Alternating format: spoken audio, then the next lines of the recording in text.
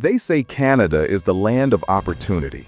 Wide spaces, friendly people, and homes still cheap enough to dream about. But what if those bargains come with a cost no one talks about? In cities where housing is affordable, safety often isn't. Behind the low prices lie harsh winters, isolation, underpaid jobs, and crime rates that turn quiet streets into battlegrounds. From oil towns to frozen ports, each province hides a city where survival is cheaper than comfort and far more dangerous. Welcome to the other side of affordable living in Canada, where every cheap house tells a story of risk, resilience, and escape. Let's start. Part 1. The Violent West. Crime Beyond the Rockies. 1. Surrey, British Columbia. Surrey looks ordinary from afar, a suburban dream sprouting just south of Vancouver. Houses that once cost barely $200,000 in the 1990s now sell for 10 times that. And yet, the city's streets tell another story.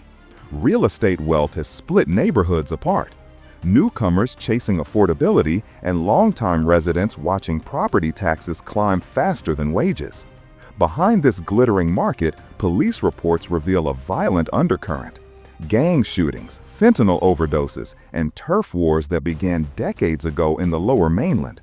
What started as petty smuggling through the nearby U.S. border evolved into a multi-million-dollar drug lattice.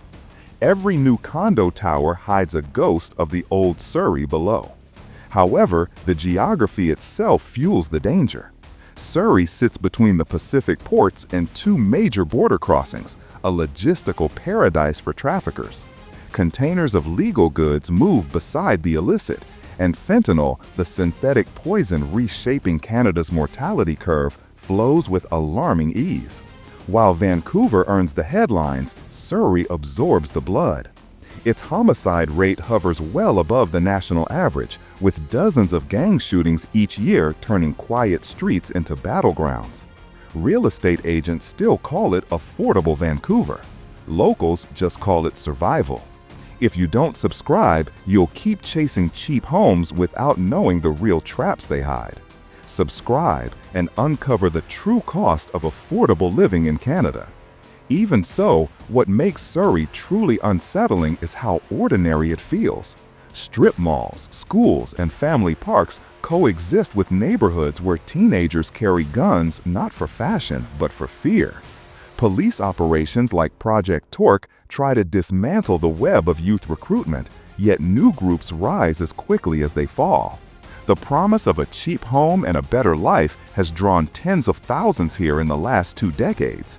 The result is a city caught between dream and nightmare, a place where every new roof is built on old wounds. And still, people keep moving in. Hope is hard to kill. 2. Edmonton, Alberta. Meanwhile, in Edmonton, the story is not growth, but gravity. The city rose on oil, thrived on boom money, and fell with the price of barrels. As the energy sector stumbled after 2015, so did the streets.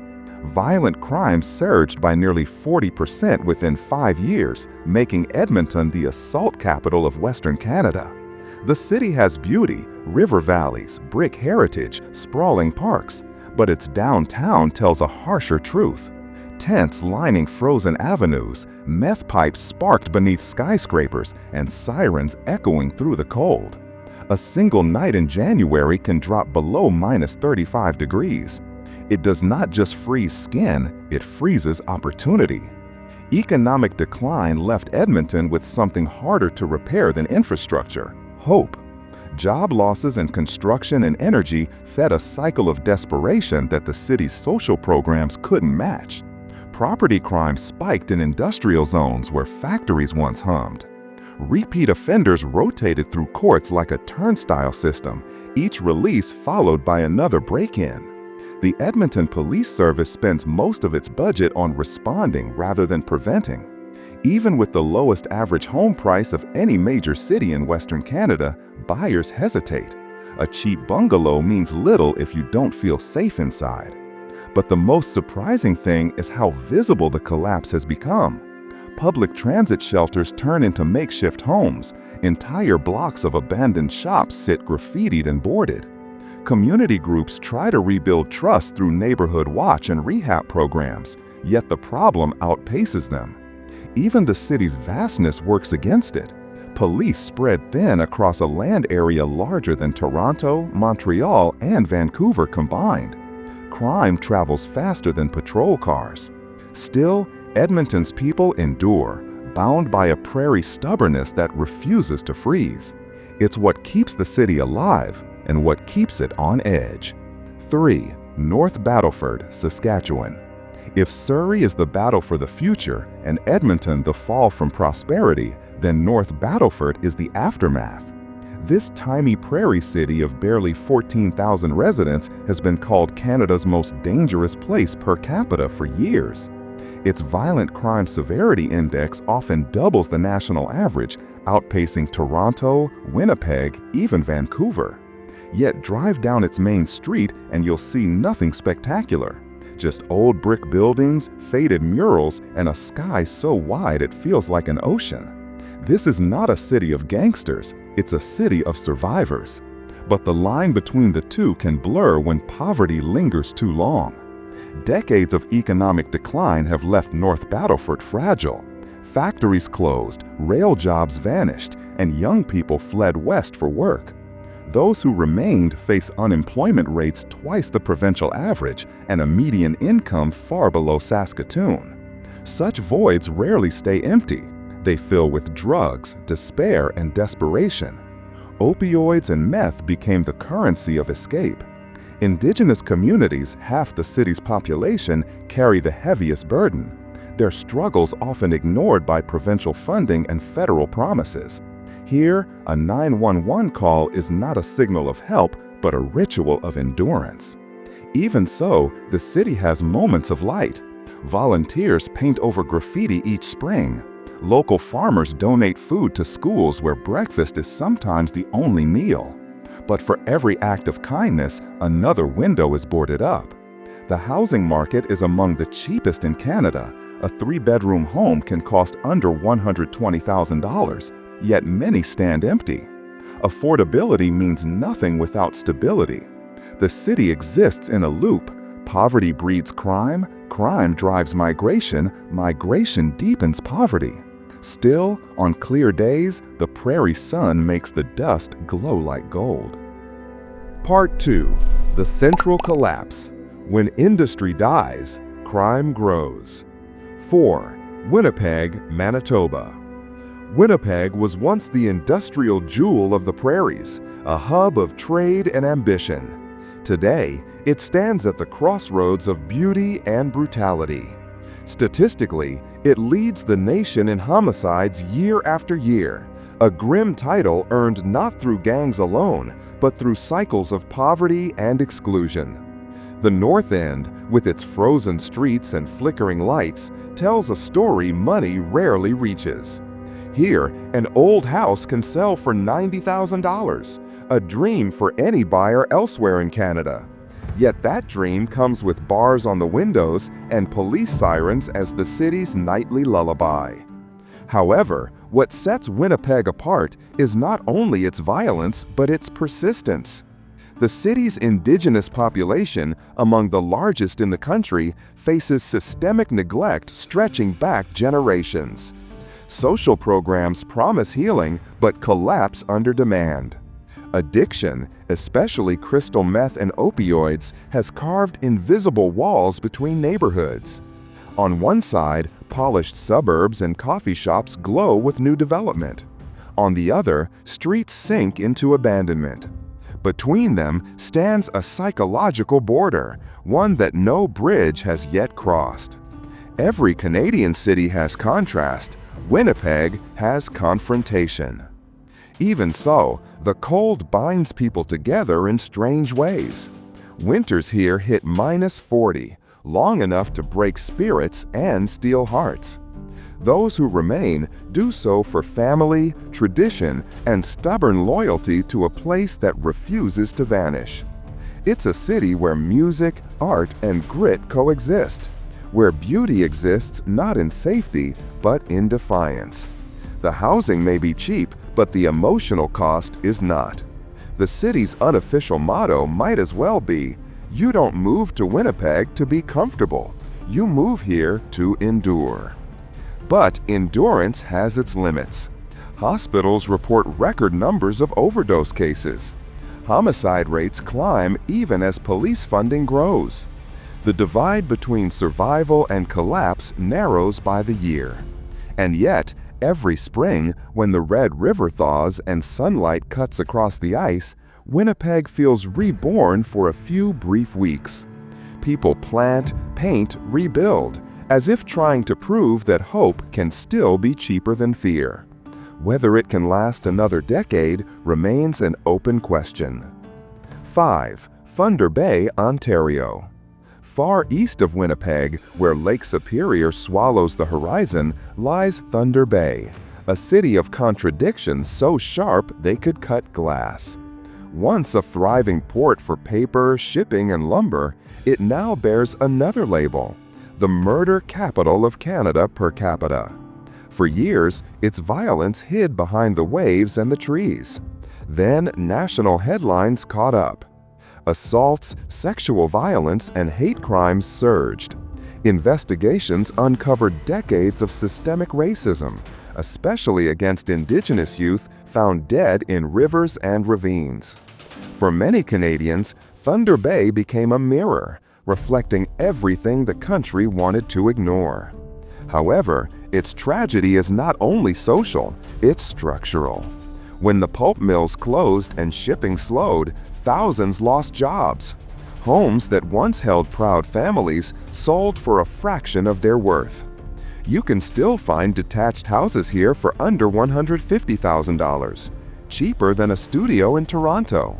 But price rarely equals peace. Many of those homes sit near neighborhoods where drug deals outnumber job offers. The collapse of industry didn't just empty pockets, it hollowed identity. Thunder Bay's isolation deepened the wound. Hundreds of kilometers from major urban centers, Thunder Bay became both a refuge and a trap. The surrounding wilderness is stunning: dense forests, cold rivers, endless sky. But beauty can be cruel when it hides despair. Addiction clinics overflow. Police investigations stumble under accusations of bias and neglect. Indigenous families march with signs that read, "Justice for our children," while city officials promise change that arrives too slowly. Crime here feels cyclical, like the lake tides, retreating one season, returning stronger the next. Even so, there's a fierce spirit beneath the grief. Community gardens bloom where factories once stood. Art collectives and local bands turn pain into protest. Some residents stay not out of optimism, but resistance, a refusal to let their home be just another cautionary tale. The cost of living remains among Ontario's lowest, but the real price is emotional. Constant vigilance, constant mourning. The people of Thunder Bay live with one eye on the horizon, where the sun rises over the lake, and the other on the ground, where memory refuses to rest. By the way, Skip, subscribing, and the next time you see a bargain house, you won't know the winters, the crime, or the silence that come with it. Subscribe now, before you buy into the illusion. Part 3.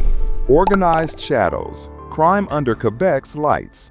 6. Montreal, Quebec. Montreal is a paradox, a city where history and modernity coexist, where an artist's loft may share a wall with a stash house, and where the same port that welcomes global trade also ushers in contraband. It is Canada's beating cultural heart, and yet, statistically, one of its most complex criminal ecosystems. The Port of Montreal, handling more than 35 million tons of cargo each year, doubles as a lifeline for both legal goods and narcotics. Customs officers intercept only a fraction of what moves through those docks, and the rest flows invisibly into the veins of the country. The city's European elegance masks a logistical empire of crime. However, organized crime here isn't chaos, it's legacy. For half a century, Montreal has been the stage for Canada's most powerful syndicates: the Rizzuto crime family, the Hells Angels, the West End Gang. They turned the city into a chessboard of influence. Bikers controlling drug routes, mobsters managing gambling, and street gangs enforcing order through intimidation. In 2013, the assassination of mob boss Niccolo Rizzuto Jr. shook the hierarchy, but not the structure. Even after police rage and trials, the networks adapt. Like winter ice, they melt, reform, and return stronger. Meanwhile, Montreal's beauty fuels its blindness. Tourists sip espresso in plateau cafes, unaware that only a few metro stops away, gunfire echoes through Saint-Michel or Montreal Nord. These neighborhoods tell a quieter story, one of poverty, immigration, and invisible walls dividing opportunity. Housing costs remain lower than Toronto's or Vancouver's, yet inequality grows sharper by the year. A small apartment might cost $1,200 a month, but in the city's poorer districts, rent is paid in fear and fatigue. Even as condos rise along the Lachine Canal, locals whisper that prosperity has borders no map can show. Even so, the city thrives, and that's what makes its danger so peculiar. Crime here doesn't destroy, it coexists. It adapts to globalization, moving from alley deals to digital transfers, from street corners to encrypted servers. Montreal's underworld is no longer just about cocaine or extortion. It's cyber fraud, crypto laundering, international smuggling networks that make local arrests feel futile. In 2024, law enforcement reported a 25% rise in cyber-linked narcotics operations tied to foreign cartels. The enemy, it seems, no longer wears leather jackets. It wears suits and holds Wi-Fi passwords. But the most surprising thing is how much the city accepts this duality. Montrealers joke that corruption is part of the architecture. From construction scandals to political bribes, a culture of quiet compromise runs deep. People keep living, keep laughing, keep dancing through the contradictions. The festivals continue, the lights glitter, and yet under the music lies a drumbeat of fear. A fear that power in Montreal is not elected, but inherited. It's a place where ambition and danger share the same skyline. Still, for many, the trade-off feels worth it. Montreal remains one of the most affordable global cities for its scale, offering charm and vibrancy at half the price of Toronto or New York. Students, artists, and entrepreneurs flood in, drawn by opportunity and beauty, often unaware of the history beneath their feet. The same warehouses now turned into art studios once stored illegal weapons and cash. The same cobblestone lanes that echo with laughter once carried footsteps of mob couriers. Every block in Montreal is a palimpsest, where luxury overwrites crime and crime rewrites luxury. As a consequence of this coexistence, policing becomes almost philosophical. The Service de Police de la Ville de Montréal is both vigilant and exhausted, balancing public image with an endless tide of investigations. Officers face a paradox, a city that demands safety but celebrates secrecy. The bureaucracy of Quebec's legal system slows convictions, allowing many syndicates to outlast their pursuers. The city operates like a machine. Every gear, no matter how corrupt, keeps the rhythm alive. To stop one part would be to stall the whole. Yet, not everything is decay. Communities still fight back. Citizens organizing neighborhood patrols, journalists exposing networks, activists demanding accountability. The same fire that burns in Montreal's nightlife burns in its resistance. It's this duality, resilience amid rot, that defines the city. The French call it l'esprit de survie, the spirit of survival. And Montreal, for all its contradictions, wears that spirit like a badge. But there's something more subtle at play, an unspoken rule across Quebec. Violence here is selective. It doesn't lash out randomly like in other provinces. It targets, negotiates, and recalibrates. A car bomb outside a restaurant, a body in the river, a sudden disappearance, all messages, not madness. This precision keeps ordinary citizens insulated, allowing the illusion of peace to endure. The danger is real but distant, elegant but efficient. That's what makes it terrifying. Meanwhile, the city's cost of living, though rising, still lures newcomers searching for balance. Montreal is one of the last major cities in North America where art and affordability coexist. Yet that very magnetism feeds the underworld. Demand for cheap housing spawns unregulated rentals. Foreign investment launders dirty money through real estate.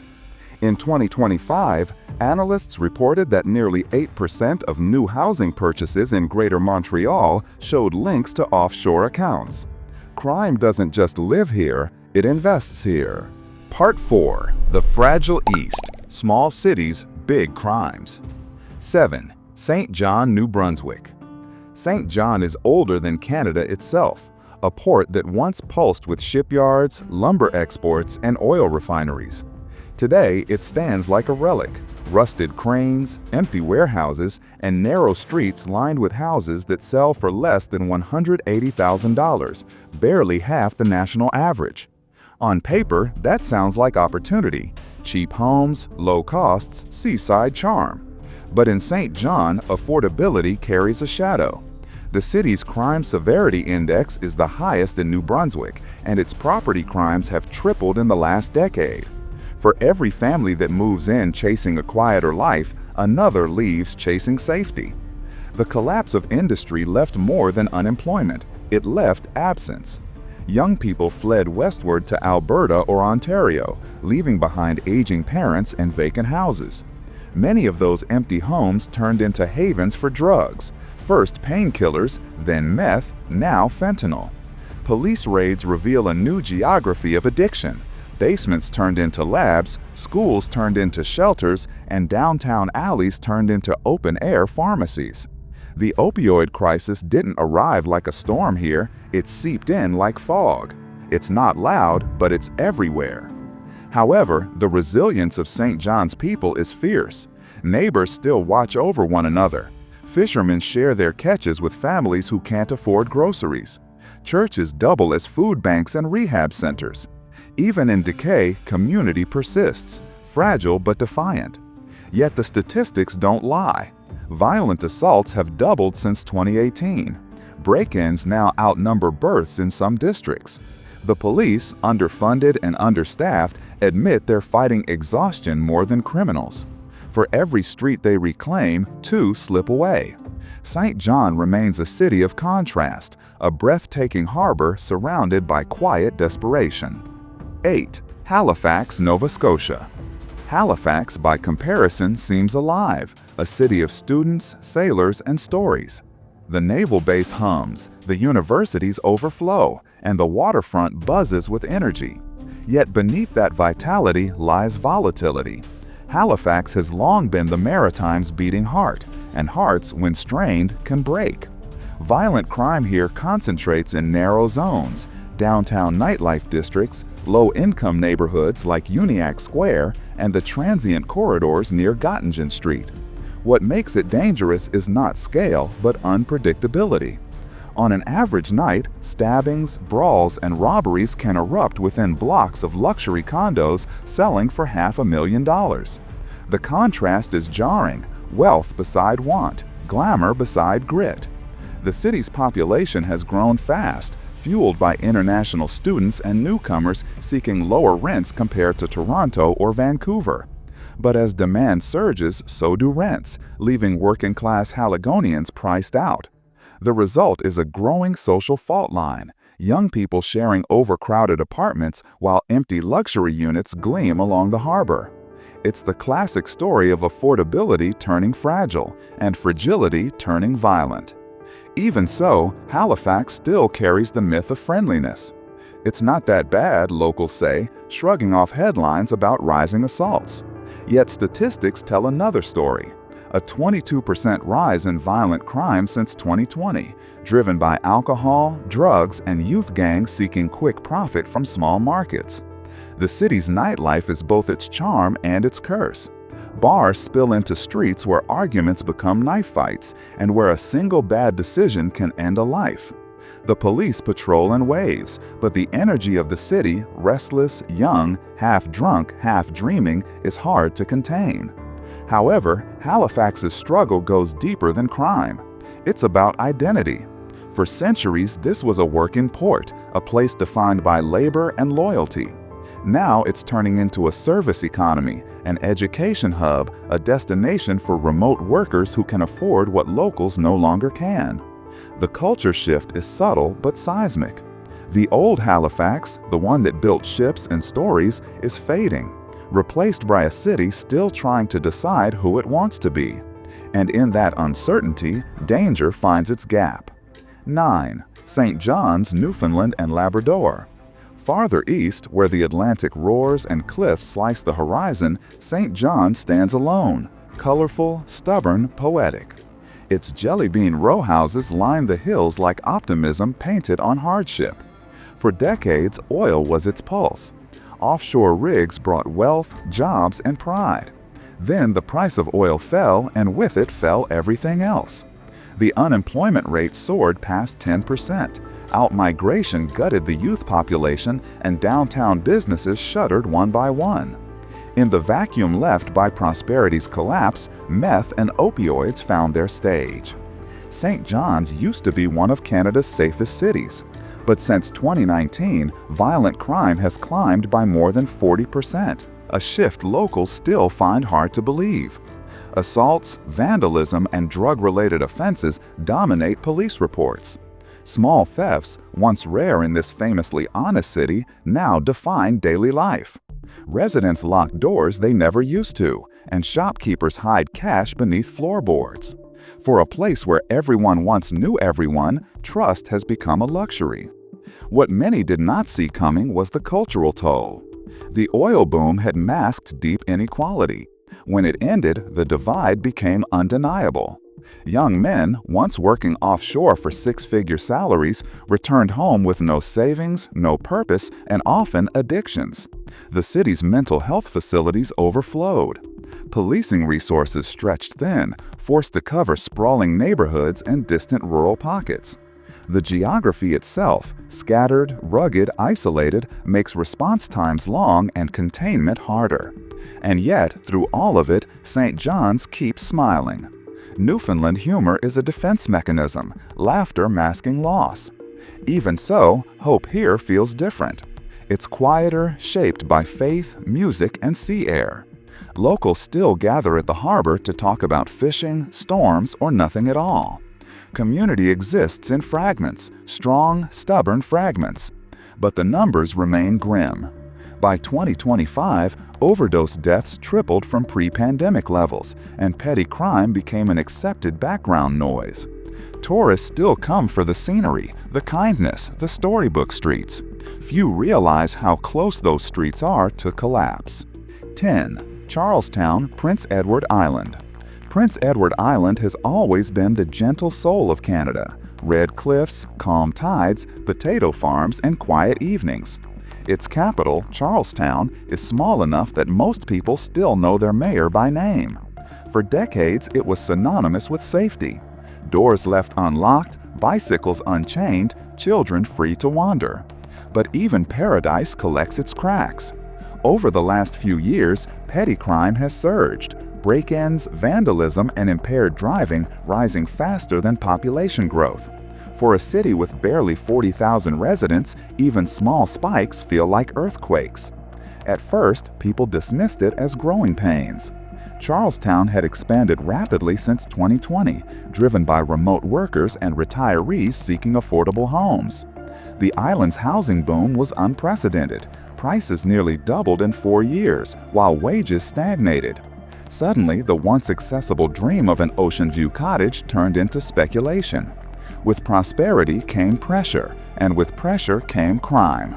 Police attribute much of the rise to youth boredom, seasonal unemployment, and substance use. Yet beneath those statistics lies something simpler, a community unprepared for change. Even so, the island's beauty persists, unchanged. Sunsets still burn gold over the Gulf of St. Lawrence, and fishermen still unload their catch as they always have. But the innocence feels thinner now. The same tourists who marvel at the friendliness of locals rarely see the growing strain. The food bank lines, the tent shelters near the city park, the quiet desperation of those priced out of the dream they helped build. Law enforcement here remains small, almost intimate. Officers who grew up with the very people they must now arrest. In a place so close-knit, crime feels personal. However, Charlestown's story is also a warning. Safety is fragile when built on affordability alone. Cheap land, slow pace, low taxes, they attract people, but they also hide systemic weaknesses. Limited health care, underfunded social programs, and economies reliant on tourism. When those pillars wobble, even paradise can crumble. The city remains safer than most, yes, but for how long? Every generation assumes the peace will last. Every decade proves it won't.